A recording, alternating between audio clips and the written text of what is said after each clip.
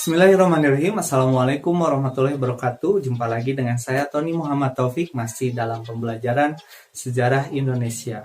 Nah, pada kesempatan kali ini kita akan membahas tentang konsep diakronis dan sinkronis di dalam sejarah. Apa itu diakronis dan sinkronis? Nah, sebelum bahas ke situ, saya mau tanya dulu. Apa sih yang kalian pikirkan tentang sejarah?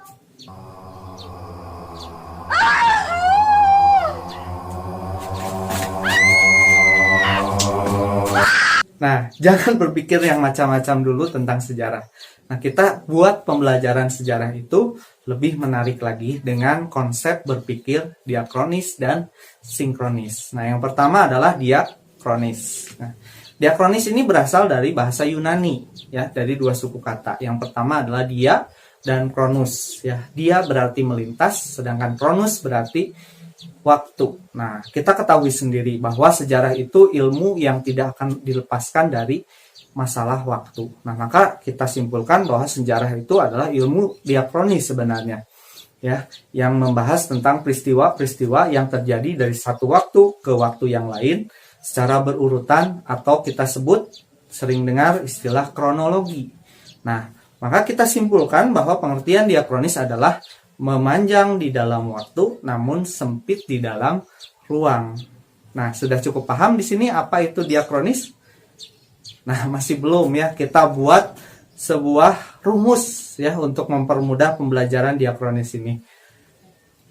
Kita buat rumus bahwa waktu itu kita simbolkan dengan garis vertikal, sedangkan ruang kita simbolkan dengan garis horizontal.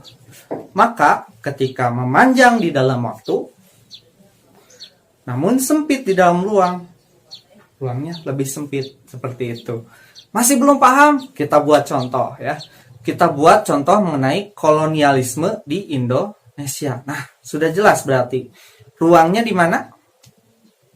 Ruangnya adalah Indonesia, atau tempatnya terjadi di Indonesia. Apa peristiwanya? Peristiwanya adalah kolonialisme. Nah, negara mana yang pertama menjajah Indonesia? Nah, yang pertama adalah Portugis pada tahun 1512.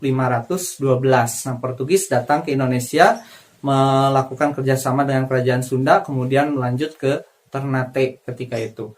Nah, selanjutnya adalah negara Spanyol, datang dari arah yang berbeda sampai ke kerajaan Tidore. Nah, ketika itu Spanyol dan Portugis terjadi pertempuran. Kenapa? Karena dalam perjanjian Tordesillas, Spanyol dan Portugis itu tidak boleh saling bertemu karena bangsa Eropa ketika itu menganggap bahwa bumi itu datar. Maka ketika Spanyol ke barat menuju ke benua Amerika, sedangkan Portugis menuju ke timur, itu sampai ke Indonesia, mereka anggap tidak akan bertemu, tapi ternyata mereka bertemu di Indonesia. Nah, akhirnya seperti itu terjadi pertempuran di Indonesia, ya, Spanyol dengan Portugis, yang akhirnya dimenangkan oleh Portugis dalam sebuah perjanjian. Dilanjut ke negara selanjutnya adalah negara Belanda.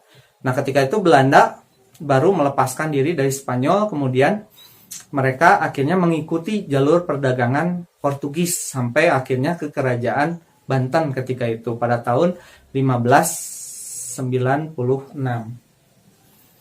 Nah, kemudian dilanjut oleh negara selanjutnya, yaitu Inggris. Nah, Inggris menguasai Indonesia pada tahun 1811 melalui sebuah perjanjian, yaitu Perjanjian Tuntang. Ketika itu Belanda yang dipimpin oleh Jensen, wakilnya berhasil dikalahkan oleh Raffles ketika itu.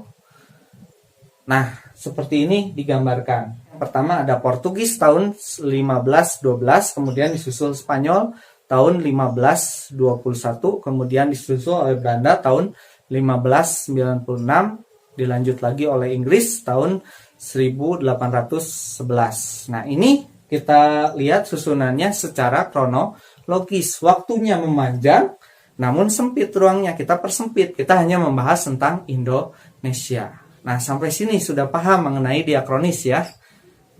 Nah, kalau sudah paham, kita lanjut ke pembahasan selanjutnya. Nah, tadi kita bahas sejarah itu tidak lepas dari urusan waktu, dari urusan masa lalu. Kemudian Ini ada tahun-tahunnya, kemudian ada tokoh-tokohnya, ada nama-nama negara, ada peristiwa-peristiwa tertentu.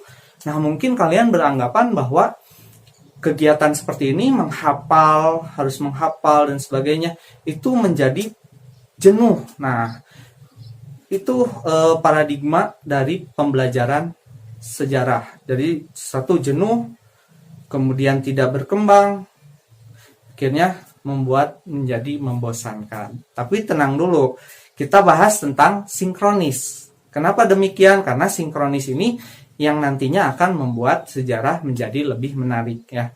Apa itu sinkronis? Nah, sinkronis itu berasal dari dua suku kata juga, dari bahasa Yunani juga, yang berarti adalah dari sin dan kronus. Sin berarti dengan, kronus berarti waktu. Maksud di sini adalah sinkronis, yaitu dibatasi dengan waktu. Jadi waktunya terbatas ya, waktunya sempit, tapi sebaliknya dari diakronis yang tadi, dia meluas di dalam ruang. Nah, seperti ini kalau digambarkan. Ya. Nah, seperti itu. Itu namanya sinkronis. Nah, menurut Kunto Wijoyo, sejarah itu harus bersinggungan dengan ilmu-ilmu bantu lainnya. Maksudnya apa? Dengan tadi ruang, dikaitkan dengan ruang, dengan ilmu-ilmu lainnya, dengan penyebab-penyebab lainnya, sehingga akhirnya sejarah menjadi sebuah pembelajaran yang sangat menarik. Ya, contoh pembelajaran lainnya ada ekonomi, geografi, antropologi, sosiologi, dan sebagainya ilmu lainnya. Nah, sehingga sejarah akan menjadi kaya. Nah, itu namanya sinkronis. Nah, jadi kita simpulkan pengertian sinkronis adalah menyempit di dalam waktu, namun meluas di dalam ruang. Itu sinkronis. Belum paham juga, kita jelaskan lagi. Nah, kita gambarkan seperti ini. Ya, kita buat contohnya. Nah, contohnya adalah Portugis datang ke Indonesia, melakukan kolonialisme dan imperialisme. Tadi kapan? Tahun berapa Portugis datang ke Indonesia? Ya, tahun 1512. Portugis datang ke Indonesia. Kita telusuri apa penyebab Portugis datang ke Indonesia ujungnya. Yang pertama adalah jatuhnya kota Konstantinopel. Ya, kita gambarkan. Kedua adalah pembuktian bahwa bumi itu bulat. Nah, bangsa Eropa ketika itu ingin membuktikan bahwa bumi itu bulat. Yang ketiga adalah ekonomi bangsa Eropa merosot, ya, karena diakibatkan oleh jatuhnya kota Konstantinopel juga. Kemudian terjadinya penjelajahan laut oleh bangsa Eropa. Nah, seperti ini, ya. Jadi kalau digambarkan kenapa Portugis datang, inilah sebabnya. Nah, waktunya sempit, namun ruangnya kita menjadi meluas. Ada di beberapa tempat, ada kejadian-kejadian yang berkaitan dengan ilmu-ilmu lainnya yang bisa dikaitkan dengan sejarah. Nah, itu yang dimaksud oleh Kunto Wijoyo di sini. Tadi, sejarah harus bersinggungan dengan ilmu bantu lainnya. Nah, sampai sini paham belum? Nah, jadi gini fungsinya ya. Seperti ini. Jika digabung antara diakronis dan sinkronis, kita gambarkan seperti ini. Nah, seperti ini. Kita masukkan kejadian-kejadian yang tadi. Ya. Ya. Jadi ketika kita berbicara Portugis, kenapa masuk ke Indonesia? Yang pertama adalah jatuhnya kota Konstantinopel. Nah, itu kira-kira pembelajaran apa? Nah, pembelajaran mengenai sosiologi, berubahnya pola kehidupan masyarakat yang asalnya berjayanya di Konstantinopel itu agama Kristen, nah berganti oleh kekuasaan Islam ketika itu. Nah, itu berkaitan dengan ilmu sosiologi. Nah, selanjutnya adalah pembuktian bahwa bumi itu bulat. Nah, kira-kira pembuktian ini ilmu apa? Nah, ini termasuk ke dalam ilmu nantinya geografi. Kemudian yang selanjutnya adalah dampak dari jatuhnya kota Konstantinopel, bangsa Eropa itu terisolasi. Ya, perdagangan mereka menjadi terhambat. Nah, akhirnya membuat Eropa ketika itu perekonomiannya menjadi merosot. Nah, ini adalah termasuk disandingkan dengan ilmu ekonomi. Nah, selanjutnya adalah penjelajahan laut. Nah, apa maksudnya penjelajahan laut? Nah, ketika zaman itu ya, abad ke-14-15, bangsa Eropa itu masih menganggap bahwa bumi itu datar. Doktrin mereka agama Kristen itu ketika itu, doktrin bangsa Eropa, mendoktrin bangsa Eropa itu bumi itu datar. Maka menjelajah laut itu menjadi sebuah hal yang tabu atau yang jarang dilakukan oleh bangsa Eropa. Sehingga ketika banyak orang yang berbondong-bondong untuk menjelajahi laut, nah ini menjadi sebuah perubahan bagi bangsa Eropa. Nah, dari segi kebudayaannya. Nah, ini masuk ke bidang antropologi, dikaitkan dengan antropologi. Nah, akhirnya bertemu dengan yang tadi.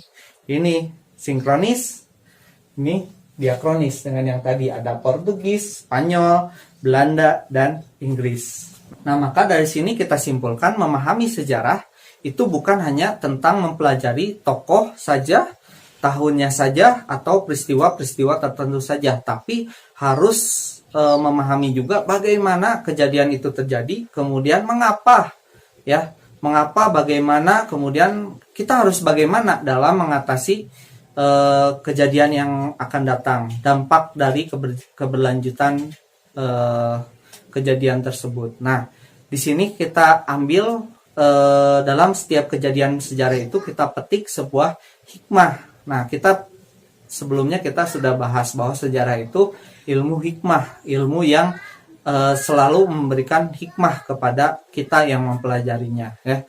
Nah, fungsinya adalah untuk kehidupan kita di masa kini dan kehidupan kita di masa yang akan datang. Ya. Seperti itu materi dari diakronis dan sinkronis. Saya harap semuanya paham dengan materi tersebut. Nah, mohon maaf apabila ada kekurangan. Jumpa lagi dengan saya pada video-video pembelajaran selanjutnya. Wassalamualaikum warahmatullahi wabarakatuh.